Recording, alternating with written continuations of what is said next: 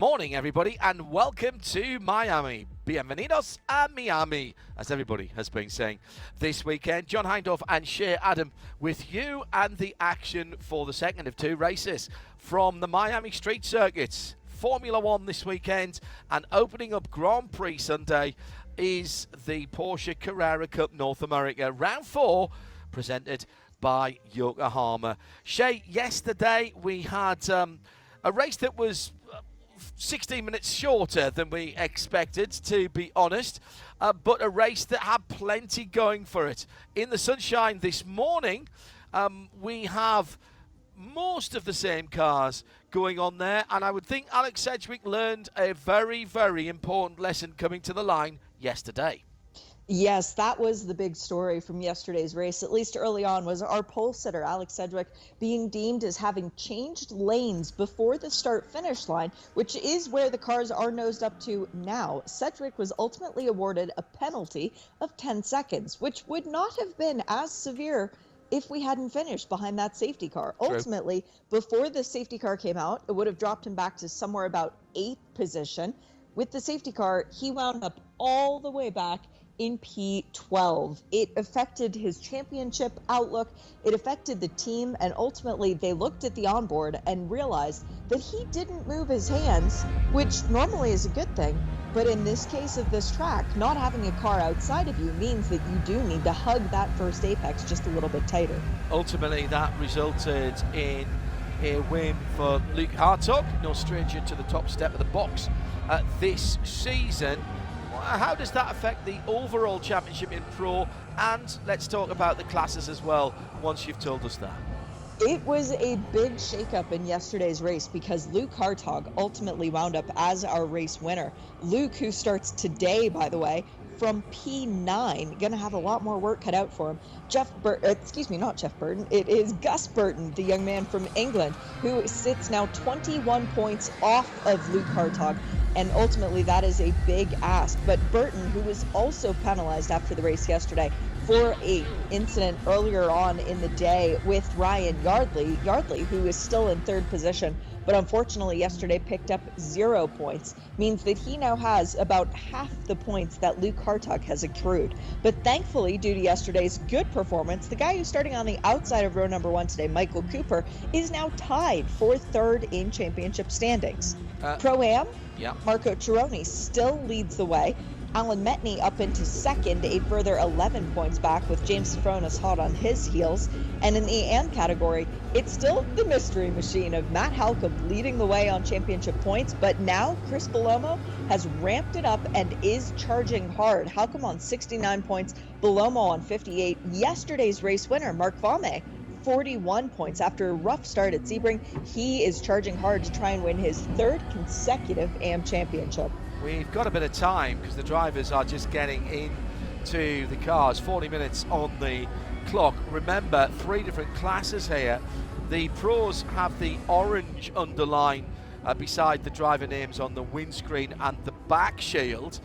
Also, that is the colour around the numbers on the door square.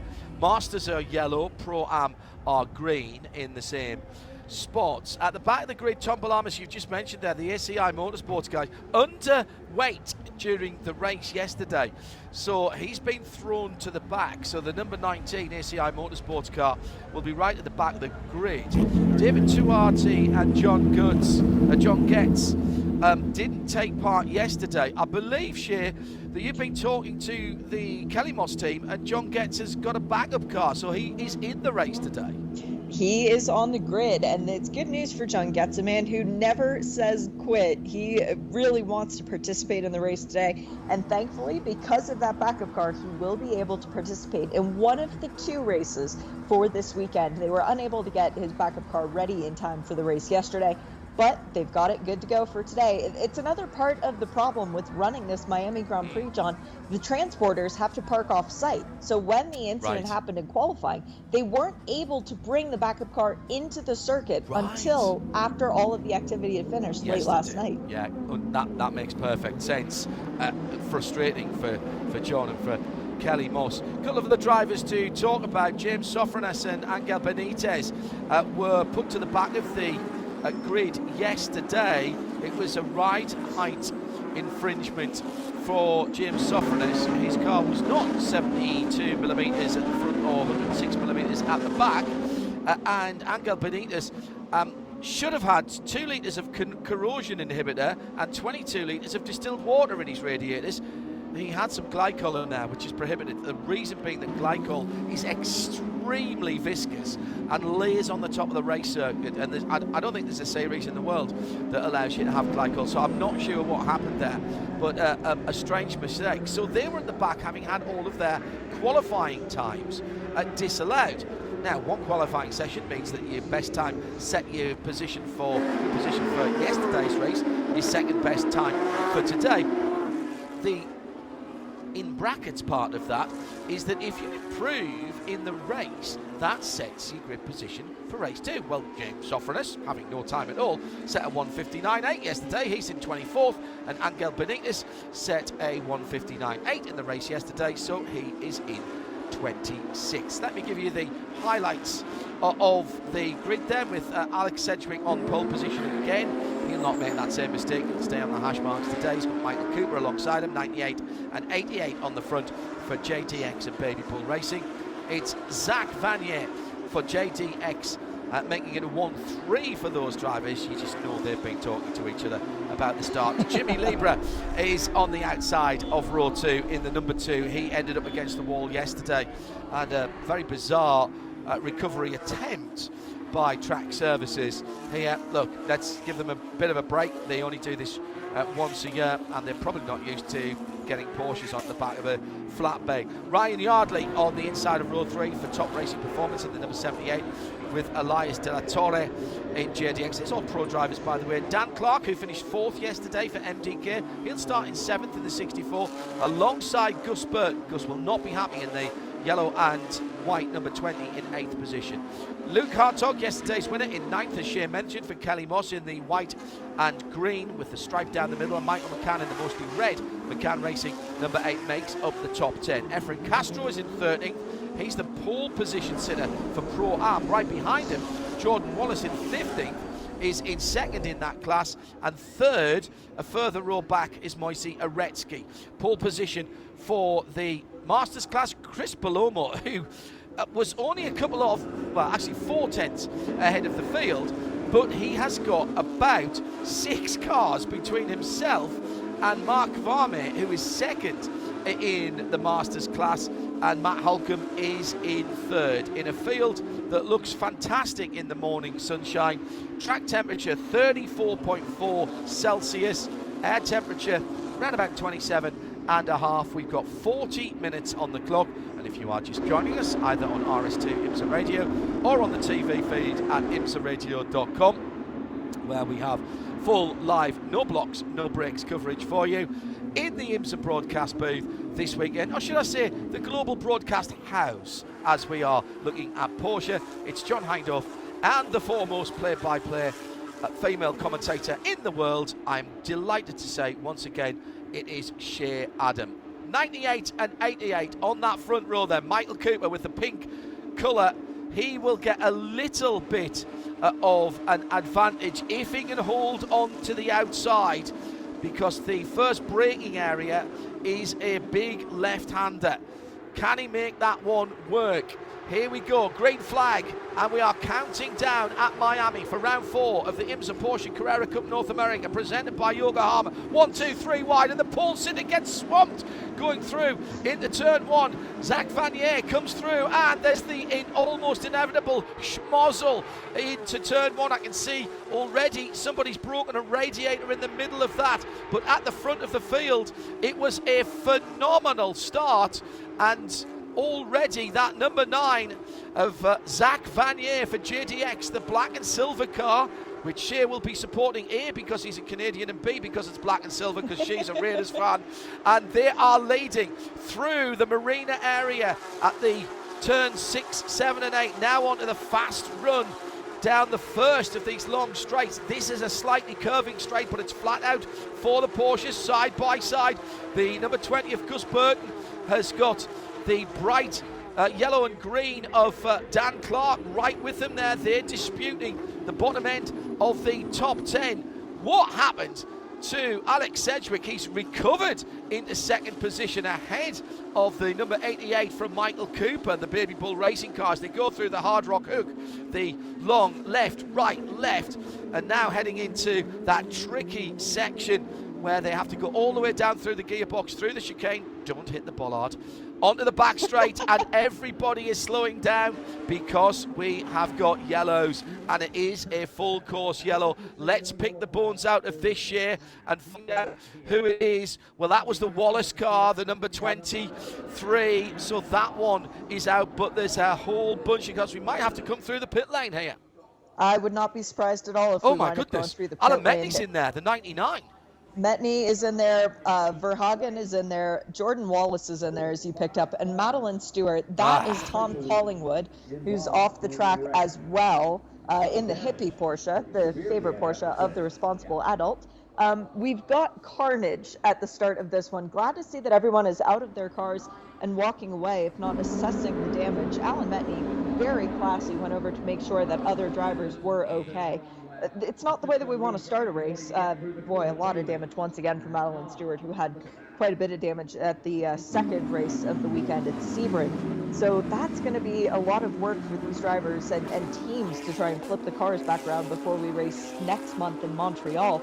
But Zach Vanier taking advantage of the overly abundant, cautious start from Alex Sedgwick, who, to his credit, held the line on the inside, exactly where he should have been for the pole sitter.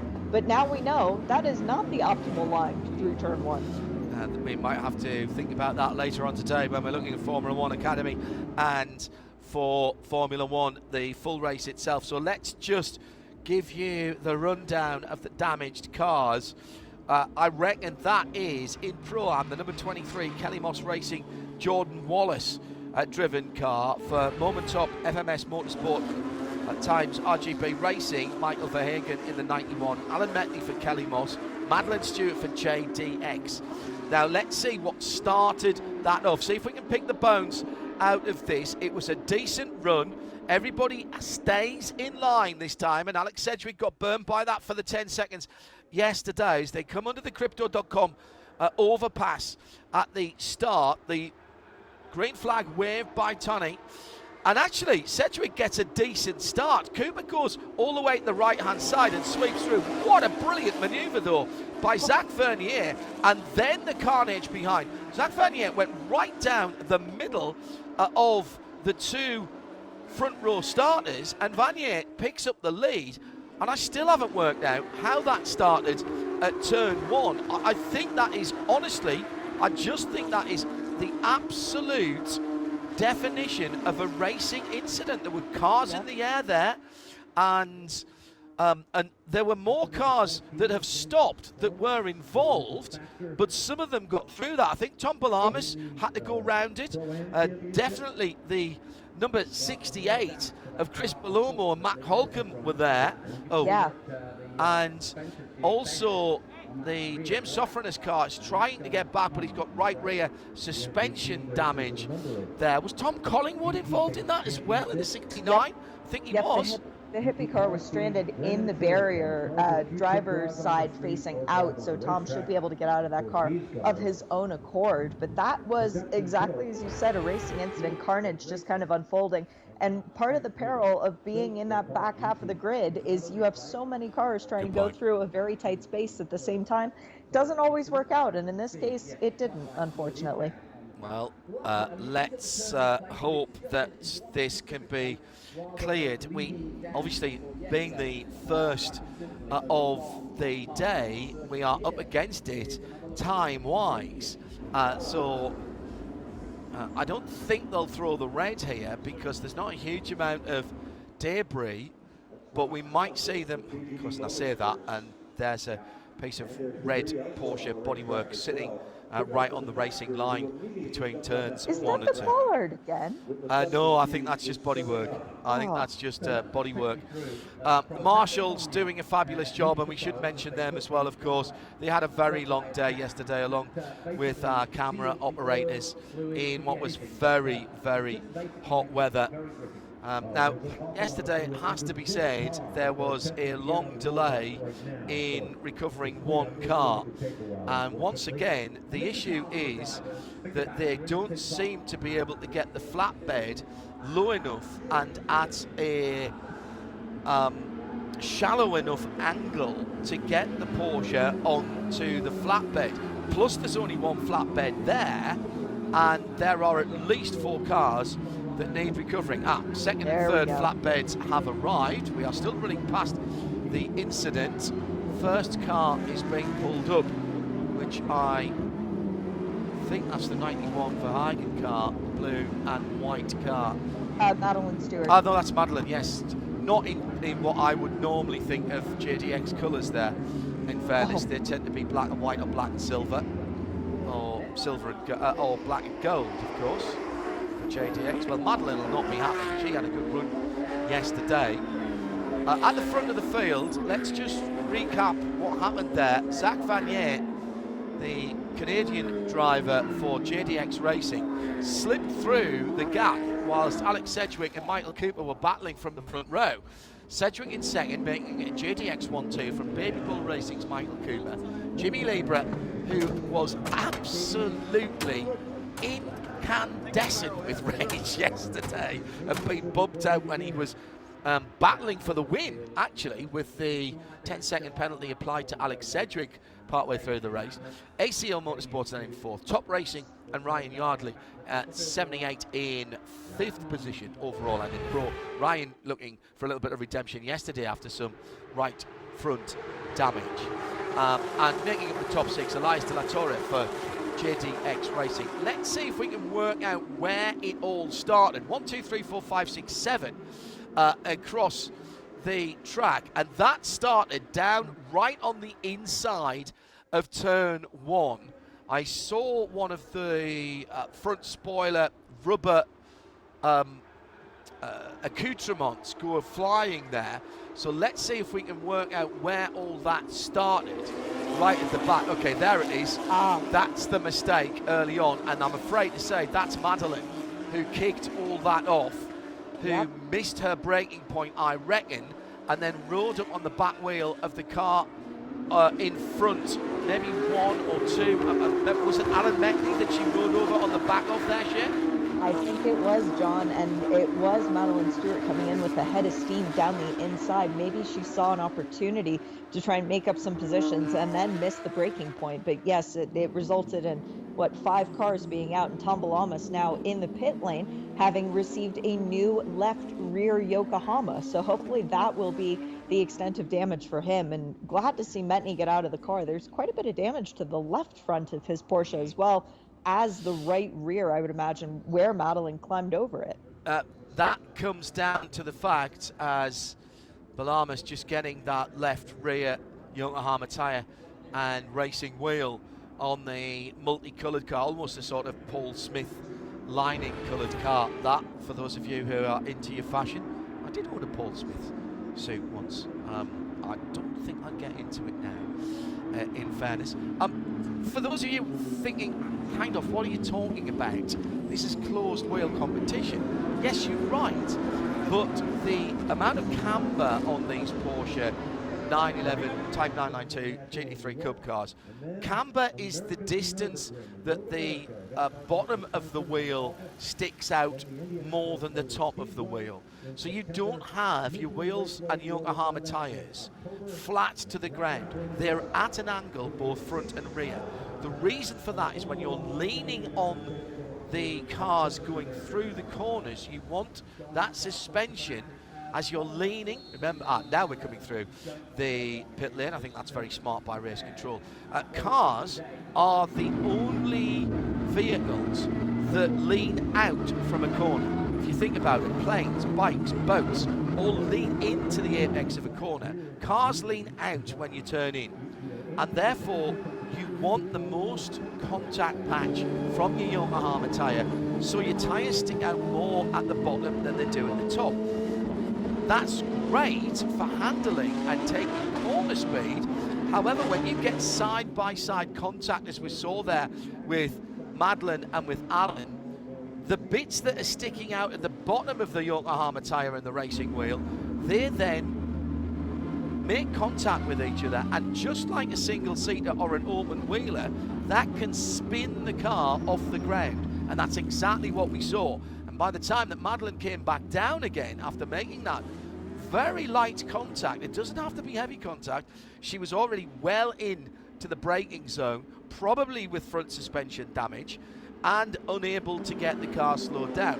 From Alan's point of view, he'd lost, I think, some rear suspension, and therefore he probably didn't have all the drive he was expecting, and the car was handling a bit weirdly. And that's what happens at first corners. Now, the stewards in race control will be having a good long look at that. Everybody that was involved, and if it is decided that Madeline was the catalyst for that, and that would appear to be what we have seen, again, race control have way more views on that than we do. But then she is out already. It may mean Stern talking to and being parked up for the early part of the next race weekend, and a stop and hold perhaps for a free practice session. However, there will be, and you'll back me up on this, we know Madeline very well, there will be nobody more disappointed with what happened there than Madeline herself. No, for sure, and especially coming off of yesterday's race where the young Kiwi had her best finish in the series. All right, it had been 3 races, but 18th place finish.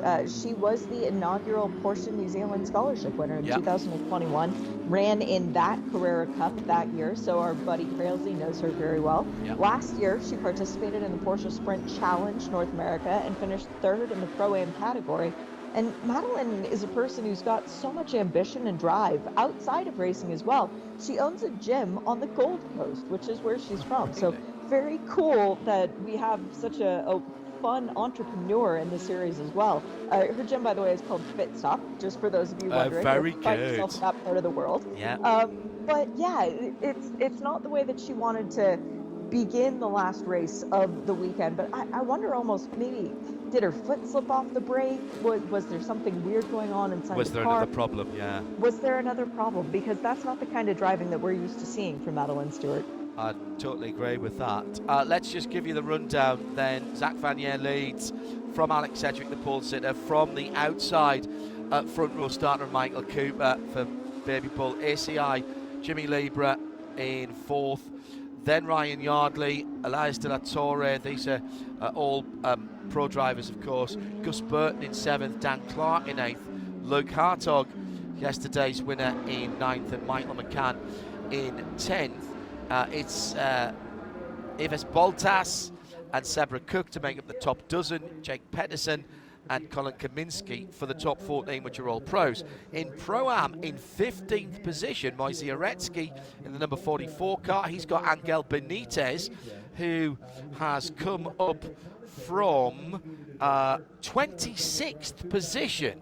Angel up from 26th then to 16th position. So despite having very little in terms of green flag racing, he's made up 10 positions. So Moisey's got Angel between himself and Efren Castro now in 2nd in the Pro-Am. Kenton King in 3rd. So Efren Castro, having to avoid the schmozzle at the first corner, has given up the lead in Pro-Am. In Masters, again, as yesterday, Mark Varme has come through.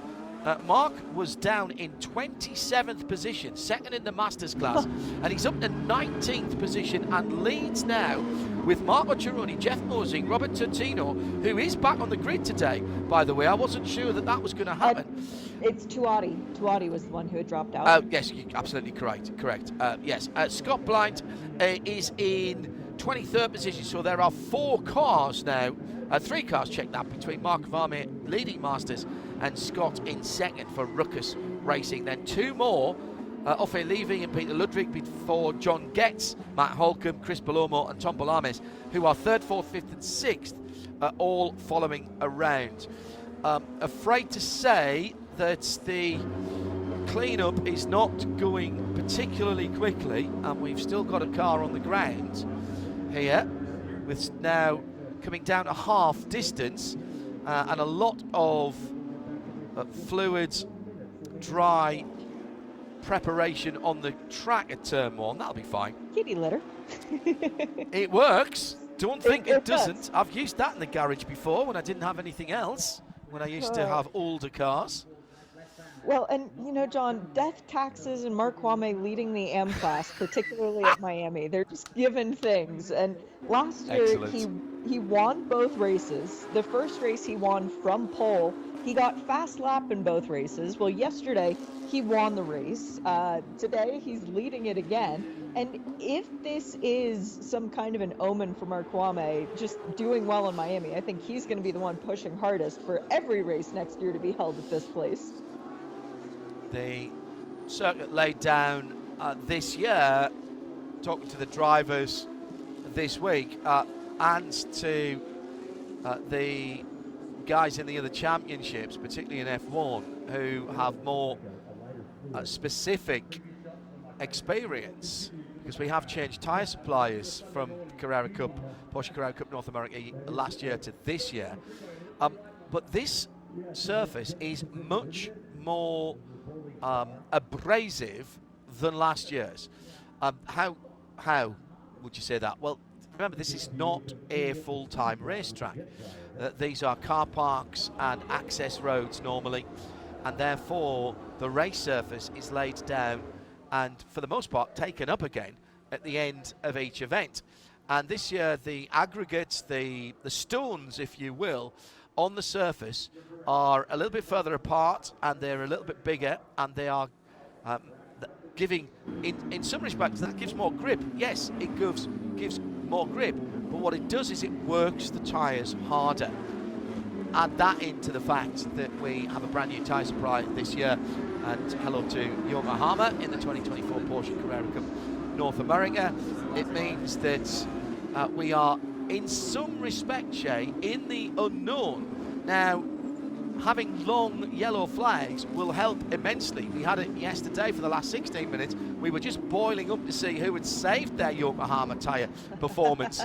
And then that was taken away from us. It looks like we might get somewhere near 17 or 18 minutes of run to the flag, and you would think that that would be all right, except for the fact, of course, that these cars are all going to be a lot heavier going into the last 15, 16 minutes than people expected.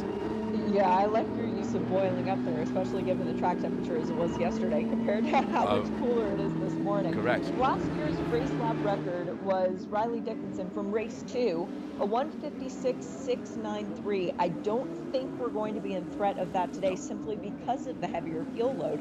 But maybe Zach Vanier is going to change that. Maybe Alex Sedgwick is going to fight back when we get back to green. How about Jimmy Liebert back and forth, who is looking for redemption after yesterday's race ended with him on the back of one of those flatbeds, ultimately scoring 0 points. Ryan Yardley in 5th, 0 points in yesterday's race.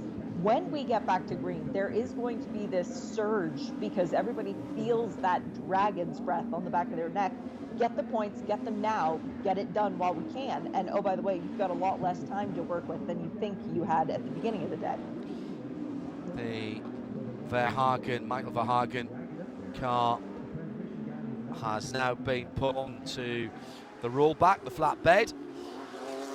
So we should be getting underway with around about 17, 18 minutes to go, and we will release the full power, full 507 horsepower of the racing engines, just around about 520 horsepower, 525 PS for the GT3 RS, which has been leading the field round in those classic Porsche Salzburg colours.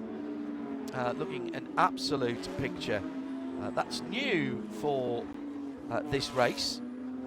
We've run 992 turbos before. It's the first time I've seen the GT3 RS, and Shea Yes, would take please. that from you. Yeah. See, Shea will drive a car in the street with the big rear spoiler. I've got to the age where it's comfort as much as speed for me, and I'd much prefer. I have no problem with my race cars having spoilers on, but my street cars I prefer just a little bit less Larry. So GT3 Touring for me. Thank you very much indeed. Well, I'm quite happy with my GTS. That is my lottery car, although Miami Blue is my Porsche color. Well, so. yes. Yep. We understand that, Shea, yes. I would gladly take that one. I mean, the Salzburg colors, they work. Red and white, you're never going to turn that down. Well, I'm not going to turn around red and white stripes as a Sunderland Football Club supporter. Our season ended somewhat ignominiously yesterday in a defeat at home, but we achieved our mid-table mediocrity that we were somewhat expecting, to be honest. And we start afresh in September. Yeah, red and white I'm never going to turn down, although, as you well know, Shea, I have a soft spot for a blue Porsche, particularly dark blue Porsches. Yeah, just a couple of those that you've had over the course of your lifetime. Yes. The dark blue is a wonderful color. The lights are out on the safety car. Am I seeing that correctly? Are we going to get back to racing? Yeah, I think we are, and that means the full field, which I reckon is somewhere near 29 cars now, after that schmozzle at the first corner, is under the control of Zach Vanier. He comes round. It will be a single file start. He just backed everybody up there, coming out of turn 17 into 18. And it is indeed the single file start. We go back green. Vanier, Sedgwick, Cooper, Libra, Yardley, De La Torre, Burton, Clark, Hartog, McCann for your top 10. Good restart from Sabra Cook as well, back in 12th position as they fan out again. And once again, Vanier goes to the outside. They cross the oil dry preparation where the incident happened at the first race. So we've lost some, 30 minutes or thereabouts. No, check that, 20 minutes or thereabouts of racing down the inside. The pink-fronted car going through. Moisey making up positions in the midfield. He'll want to get closer to the front. He was going past the number 77 there of Colin Kamitsky. Also down in that area as well is Angel Benitez and Efren Castro. They've made up positions as well. Mark Kvarme still leading the Masters, and Pro-Am is Moisey Uretsky leading that at the moment in that number 44. 3 wide, right in the middle of that, the number 20 of Gus Burton is the yellow car, and once again in the Hard Rock Hook there's all kinds of lines and into the wall. Oh, disaster for the number 64 of Dan Clark, who has gone off. Now the marshals are scrambling. It's a reasonably long lap here, 3.3 miles. That's not going to drive. We're going to go straight back to yellow here. Oh, we had an incident in qualifying there, John, for David Tuati that ultimately took him out of the weekend, as yes, the yellows are flying once again. It took quite a few minutes to move the car from that position just because of where it is and where the safety cars are stationed around the track. Took a little bit of getting to, but unfortunate for Speedy Dan Clark, who came into today 7th in points after a good run yesterday.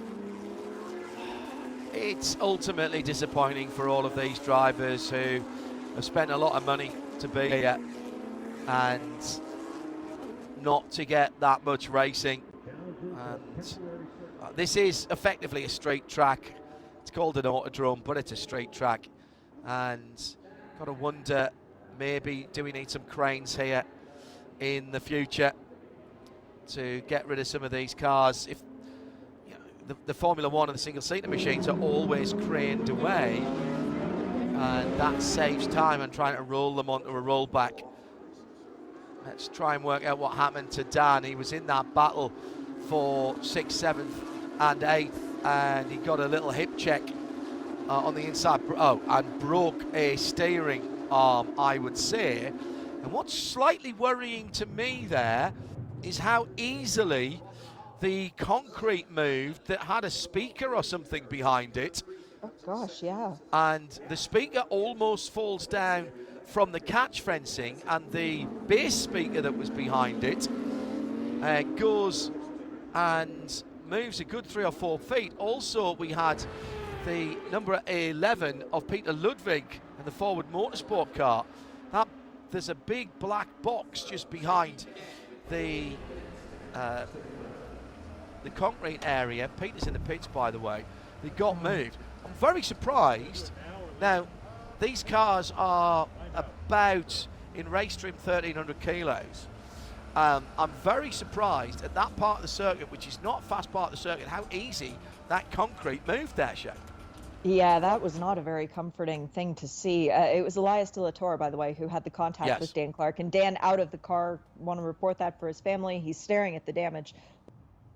Broken. But further up in the lap, there was an incident between Jimmy Libra and Michael Cooper, with the two of them sort of doing a little bit of a Kevin Magnussen and Lewis Hamilton, both well off the track. And I thought that maybe that would have set up what happened for Dan Clark, but no, it was a separate incident just with Elias. Now, you know, the good thing about the concrete moving is that that does take some of the energy and takes the shock out of the energy rather than bouncing the car back on the track. But, well, as I say, a little bit shocked about that. It's bad news for Dan, and he is out of the car. Shea says he's heading towards the Porsche Cayenne intervention vehicle in Porsche Crayon, that grey colour. And he's, looks like a coupe as well, how lovely. He is already on the way back to the pit lane, whilst once again the recovery starts to get underway. The four-way flashes come on as a standard feature if there's a problem with the car. If there's a big spin or there's an accident that is over a certain amount of G's, the four-way flashes come on automatically, even on these race cars. And that's moved that concrete back. What do you reckon? A couple of feet there? Yeah, it's pointy now towards the fans, whereas before it would have been flush. Now, what we should say is that area directly behind is not a fan area. That is, in effect, the dead zone. So nobody other than the track workers and marshals would have been there. And now they're working out how to get this car moved as well. And I just wonder now if we're going to get any more green flag. This is an appropriate time as well to point out that we do not have our AMR safety crew on site as normal. So things are a bit different as people are learning how to extricate the cars. And AMR safety crew, we miss you guys. Can't wait to see you next week in Laguna. Another look at that moment. It was just the slightest of pit checks, and it must have broken something in the steering rack. Look at that speaker cabinet move backwards, though. I mean, that I'm really somewhat shocked by how much those exterior barriers have moved there. Slightest of contact, as you say, Shea, coming through the Hard Rock hook. Again, hate to criticise any of the track workers. These are the only sports cars here this weekend. Everything else is much lighter and can be craned, can be more easily craned away. These are the only closed wheel cars this weekend, and therefore the flatbeds having to be brought into use to move them. Getting down to 10 minutes now. As it stands, it's Zach Vanier, Alex Sedgwick, 78 in third place is Ryan Yardley. So we've got a couple of drivers potentially with redemption from yesterday on the podium in the categories. Pro-Am, Moise Uretsky in the number 44, who started down in third in that category in 18th. And he's pushed his way up fairly. I mean, we've hardly had any green flag racing. Basically, he's made up three positions and gone past his two major rivals there of Efren Castro and Jordan Wallace in the Masters class for the most life experienced drivers here. Chris Palomo started in 20th and was on pole position. It's Mark Varmey who leads that class now in 18th position, with Scott Blount in second. He had a spin yesterday as well in the bright yellow 35. And John Getz, who didn't start yesterday, in third. So poor Chris is down in 26th position and in 5th position in class, because he had to avoid all of that coming together at turn 1. So that incident has really shaken up the field, and that might be all she wrote here, Shay. It very well could be. There were a lot of marshals that were standing in that safety zone examining the concrete wall to see if maybe they could move it, or if it would be okay to leave and just finish out the remaining 8.5 minutes of this race. The car of Speedy Dan Clark was up on the flatbed, so that is the good news, but it is going to be at least one more lap behind that safety car, given the fact that it did not pull into the pit lane. And just a quick note on Moise Uretsky. If he does stay at the head of this, if we do get a result where things don't change, this would be Moise's second career win in the class. The first of which came at Sebring last year. Moise, who lives in Miami now, would be thrilled for this to be in that way. Another competitor that he's not going to have to face for the remainder of this race is Peter Ludwig, who is officially retired after that contact with Scott Blind. Now, I think the safety car is speeding up here, so I think we might get a restart. Just for now, by the way, Zach Vanier has the fastest lap, but it's a 2:06.316. And to be honest, a street car GT3 would probably do that around here. So I think that's going to change. 7.5 minutes to go in an accident-affected 4th round of the Porsche Carrera Cup North America, presented by Yokohama. Yeah, that red and white GT3 RS has definitely speeded up, and everybody is warming up their Yokohama tyres again. We might get 3 or 4 more laps here to decide this. Now, let's hope that it stays green. Yeah, safety car's pulling away. Yes. So here comes Zachary Vanier. First and second for JDX Racing. Alex Sedgwick in second, Ryan Yardley in third from pole position. Yardley will be, Sedgwick will be cursing his luck at losing the lead at the start there. They're the 2 JDX guys. Then Ryan Yardley, who had that right front issue yesterday after contact early on. He's in third. Michael Cooper, the unlucky man at the moment, who's just off the podium in the number 88 Baby Bull racing car. That's the purple or pink purple coloured car. Then Jimmy Libra in the red, white and blue ACI Motorsports car. Gus Burton is in 6th in the yellow and white MDK Motorsports car. Now, we go back behind the safety car, and the yellow flags are still out, but there was definitely a speeding up there. Are we going back green this time with just under 6 to go? We should get 3 laps out of this, and people are weaving left to right. And it is worth pointing out, John, that every driver in the top 5 is still looking for their first Porsche Carrera Cup North America win. Great start. So will this be chaos? Will this be elbows out? You betcha. Early in the season, it's nice to get some points on the board. Zachary Vanier then will lead us back to green flag with 5.5 minutes to go. We'll get a couple, maybe 3 laps. It will depend on when they cross the line. Tony throws the green flag on the starter stand. And here we go. Vanier then in the black and white JDX car with his teammates, in inverted commas. Sedgwick behind them. Yes, they're teammates, but they are racing on their own. Michael McCann pulling out wide in the red number 8, trying to come down the outside. The leader holds on to position. Here comes the number 88 of Cooper, side by side with Ryan Yardley. Also right out there, Zach Burton in the other yellow car.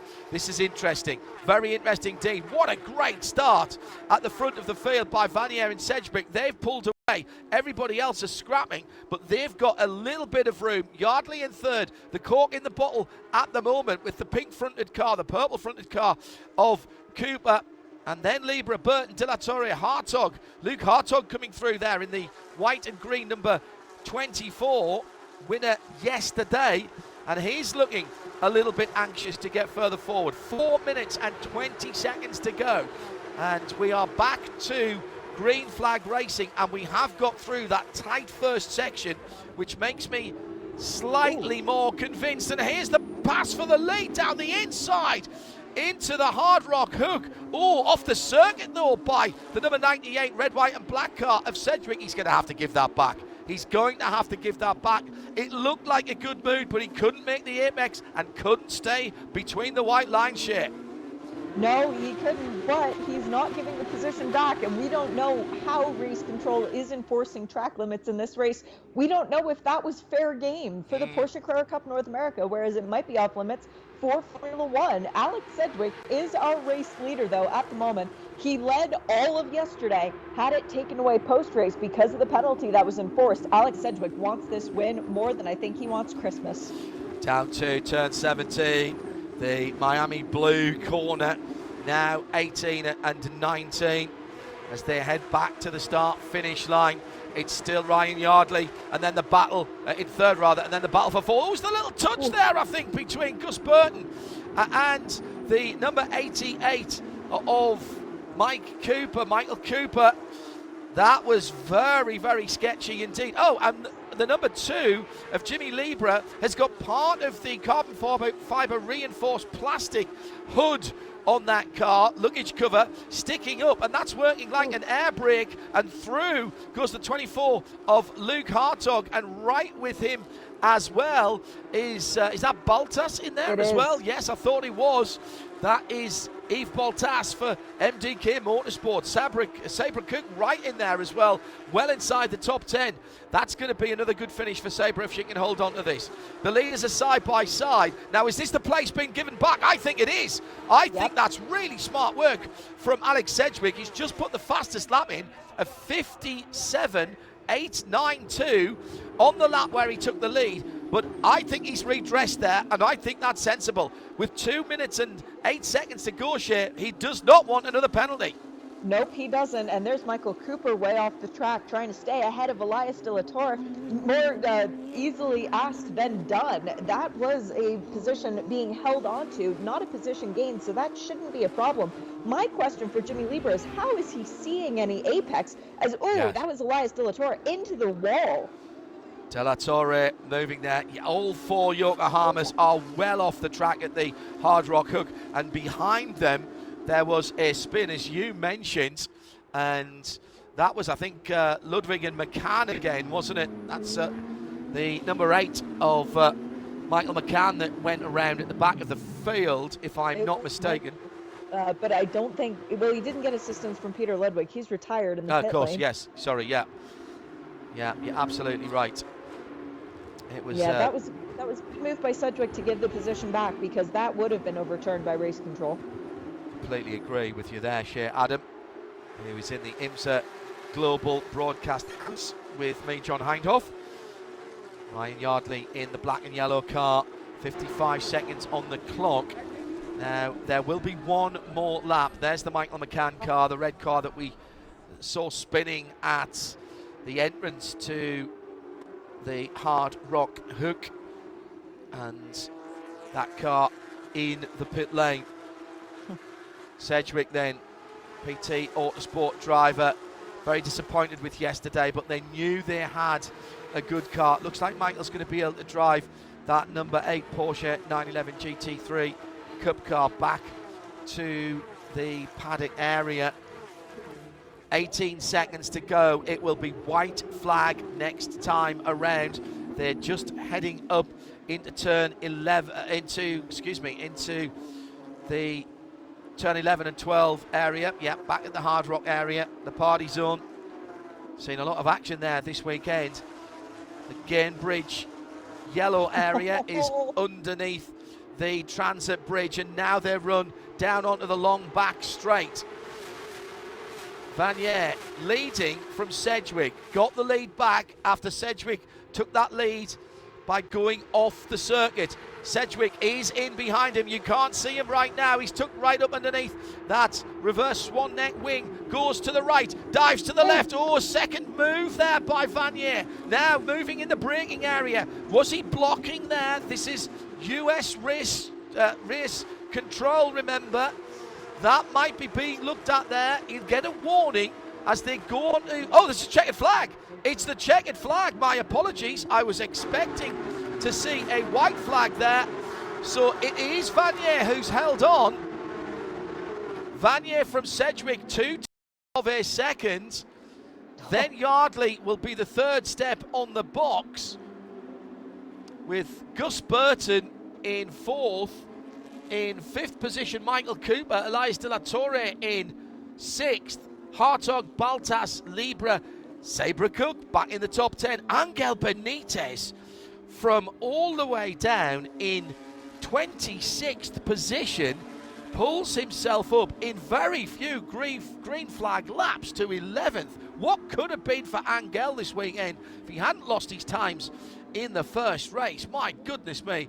Then Pedersen and Kaminsky for the Pro class. Moise Uretsky holds on for Pro Am ahead of Kenton King in second for MDK, and Efren Castro in third. Marco Cerrone in fourth, and Jeff Mosing in fifth in Pro Am. And they're all 14th down to 18th overall. Mark Varmey for MDK wins in Masters ahead of Scott Blind for Ruckus Racing in second, and Scott closed right up towards the end of the race. And in third, John Getz gets a little bit of redemption from not being able to start yesterday. Poleman on both days, Matt Holcomb in fourth position ahead of Chris Palomo and Tom Balamis in the Masters category. Well, once again, a race that was punctuated by the running of that lovely GT3 RS. We love to see it. We'd rather have not had, if you see what I mean. So Vanier, Sedgwick, Yardley, Burton, Cooper, De La Torre. Hartog with the fastest lap, by the way, 157.7. Which means that he holds on to the championship lead. Oh, wow. Unofficially, by my math, Luke Hartog has 82 points. In second will be Gus Burton, still on 64. In third, again unofficially, Zach Vanier on 58 points.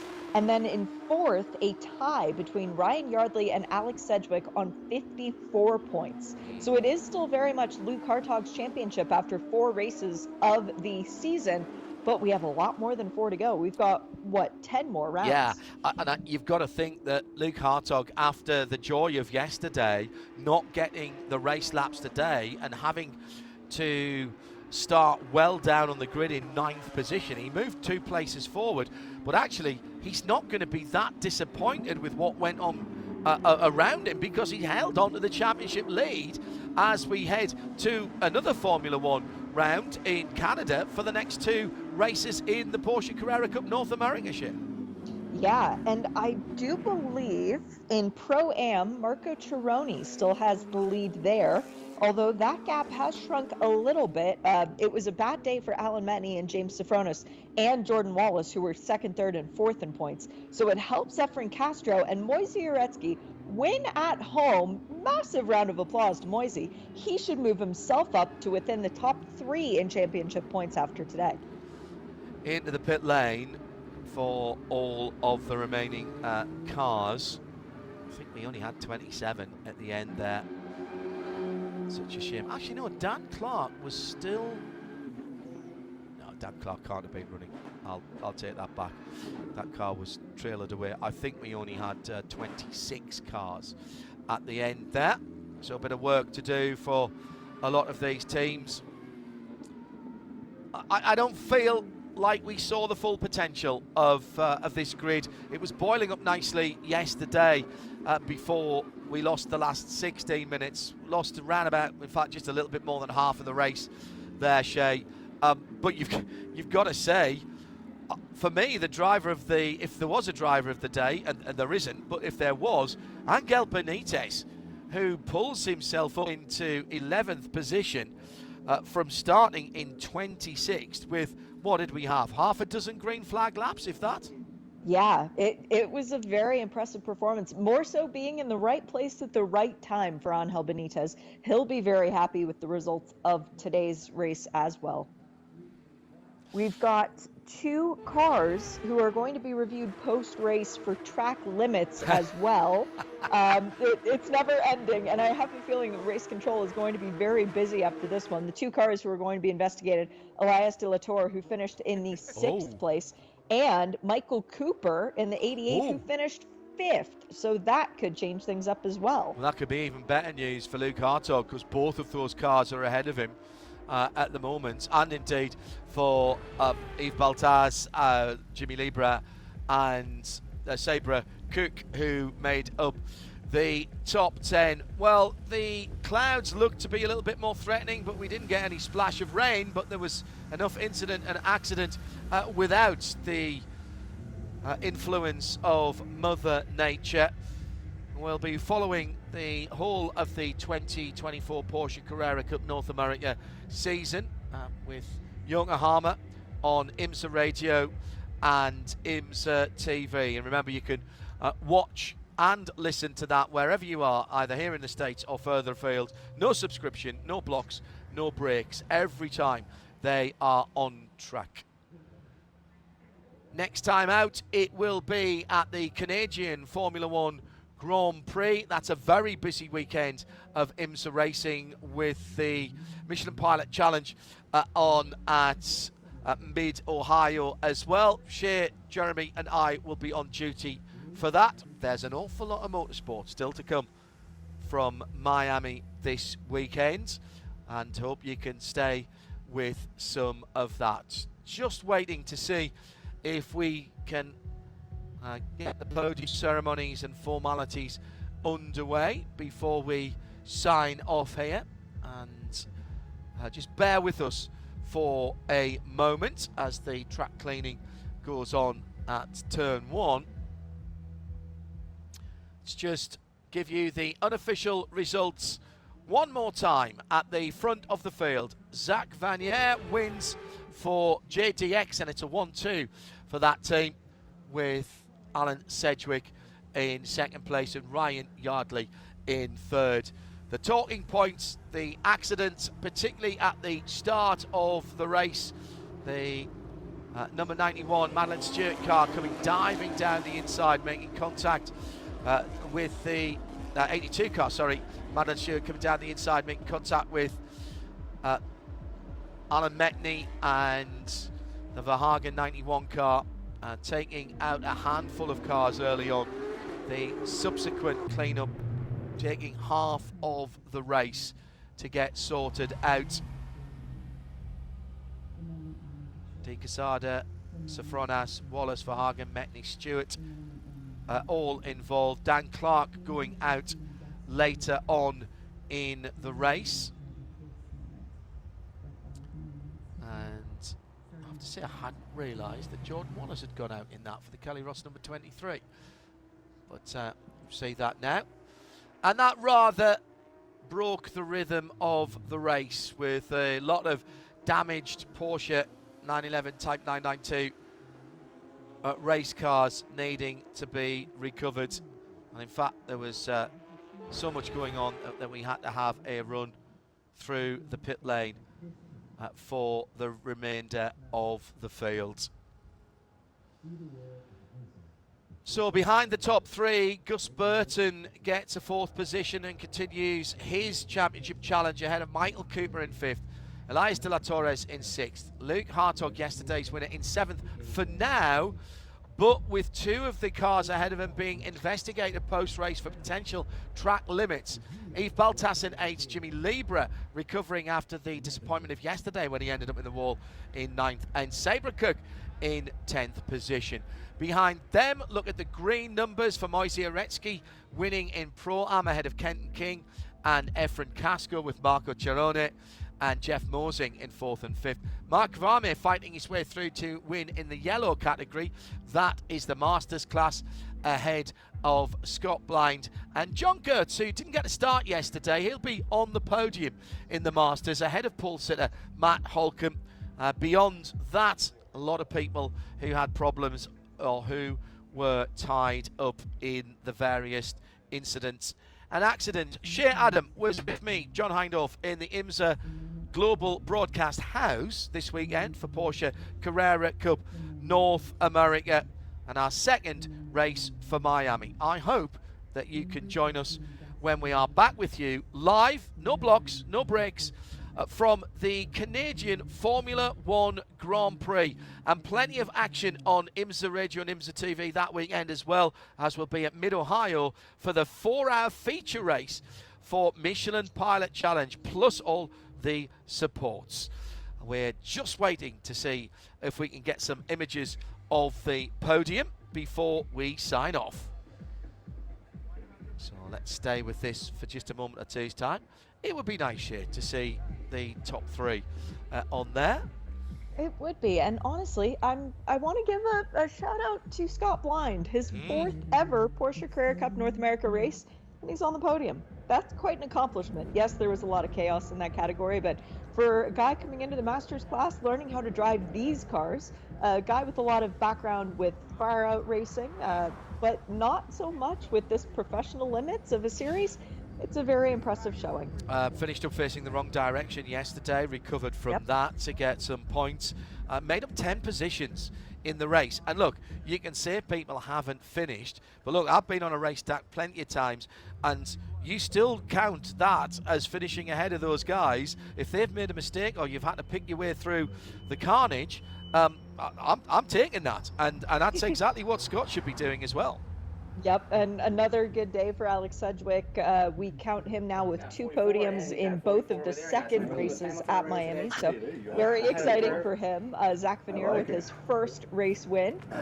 Getting a look now at the driver cool-down room. Mark Kwame, closest to us, looks cool as a cucumber. I think we had 2 laps. We had 2 laps? Very cool that first, these guys get the to first go crash? in the F1 cool-down room. Hang on, see if we can have a listen. Okay, so then you were first the whole time. Yeah, so we all jumped to first. Yeah, I jumped to first and then after the first crash. And I had like 6 cars to pass. I got lucky.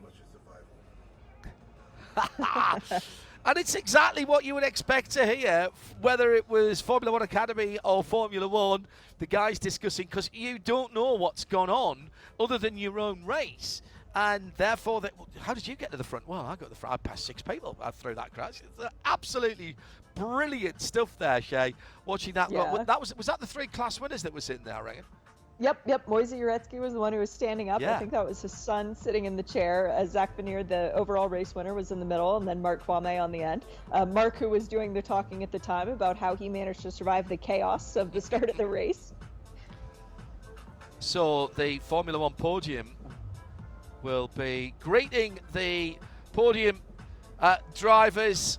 We're going to have to step away now, and we'll be back with you for Formula 1 action, or at least for Porsche Carrera Cup North America, presented by Yokohama action at Formula 1 at the Canadian Grand Prix, and plenty more action on IMSA Radio, on IMSA TV. Shea Adam was alongside me in the IMSA Global Broadcast House.